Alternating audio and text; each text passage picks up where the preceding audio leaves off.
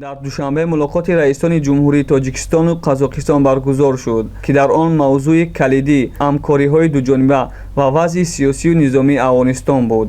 Эмомалӣ Раҳмон, раиси ҷумҳурии Тоҷикистон, бо ҳамтои қазоқаш Қосим-Ҷомарт Тоқаев, ки барои иштирок дар ҷаласаи шӯрои амнияти дастаҷамъии Созмони аҳдномаи амнияти дастаҷамъӣ ва ҷаласаи шӯрои сарони давлатҳои аъзои Созмони ҳамкории Шонхай ба Тоҷикистон омад, дидору гуфтугӯ кард. Ба иттилои манбаъ, Эмомалӣ Раҳмон дар зимни ин мулоқот аз сатҳи рӯ ба рушди равобити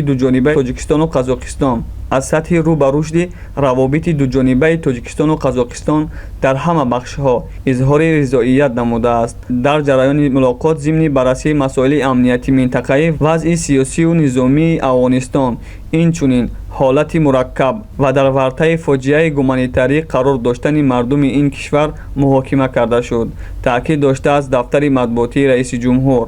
Эмомалӣ Раҳмон дар гуфтугӯ бо ҳамтои қазоқаш бори дигар мавқеи ягона ва устувории Тоҷикистонро нисбат ба ҳалли фарогирии қазияи ин кишвар таъкид намуд.